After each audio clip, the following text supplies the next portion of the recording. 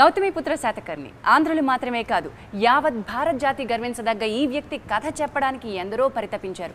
ముఖ్యంగా వెంకట్రామమ్మ పుత్ర విశ్వవిఖ్యాత నట సార్వభౌమ నందమూరి తారక రామారావు గారు కలకని పరితపించి ఈ వేషం వేయడం కుదరక ఆ సువర్ణ అవకాశాన్ని బసవరామ తారక పుత్ర బాలకృష్ణ గారు పట్టేశారు.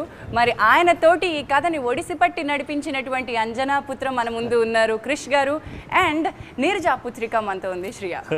సంక్రాంతికి సందడి చేస్తూ మన ముందుకు వస్తున్నటువంటి గౌతమిపుత్ర శాతకర్ణి ఒక ప్రత్యేక ముఖాముఖిలో ముగ్గురు మహామహులు కూర్చుని ఉన్నారు. ముగ్గురికి నమస్కారం కాదు, ముగ్గురికి సంక్రాంతి శుభాకాంక్షలు. ప్రేక్షకులందరూ కూడా హ్యాపీ సంక్రాంతి. అందరికీ సంక్రాంతి శుభాకాంక్షలతో క్రిష్ గారు మీరు ఒక ప్రత్యేకమైనటువంటి కానుక ఇవ్వబోతున్నారు. బాలకృష్ణ గారికి 100 సినిమాల పూర్తి చేసుకోవడానికి ఒక కారణం ఇచ్చారు, ఒక సెలబ్రేషన్కి కారణం ఇచ్చారు అభిమానులకి. కానుక బాలయ్య బాబు ఒక బాధ్యత రూపంలో నా మీద పెట్టారు.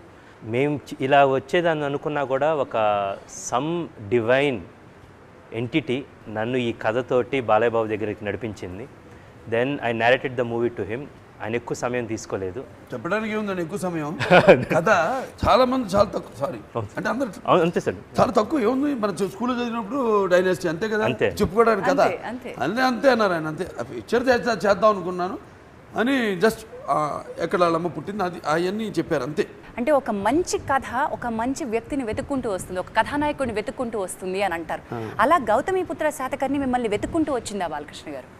అంటే నాన్నగారు చేయాలనుకుంది చేయలేదు. ఆయన పరహితము చేయవాడేవాడు పరహితుడగు భూత పంచకముగును పరహితమే పరమధర్మము పరహితమునికి ఎదురులేదు సర్వేందు ముఖి అన్నట్టు.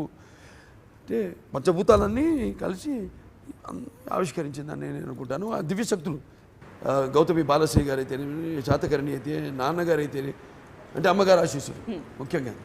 ఎందుకంటే నేను ఇవాళ ఎవరితో పిలువబడుతున్నా, లేకపోతే ఇవాళ నేను నటరత్నంగా పిలువబడుతున్నా, లేకపోతే ఒక ఎమ్మెల్యేగా పిలువబడుతున్నా, లేకపోతే హాస్పిటల్ చైర్మన్గా పిలువబడుతున్నా, అది అమ్మగారి పేరుతో ఉన్న హాస్పిటల్.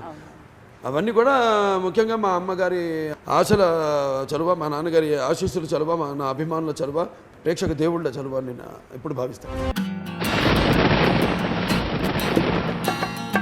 ఇలా సంతోషంగా ఎప్పుడూ ఒక్కసారి ఉంటాను.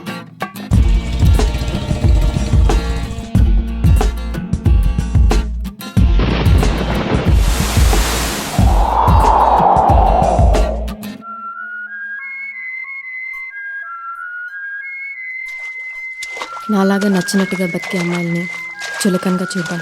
ఈ ప్రపంచానికి బాగా అలవాటు.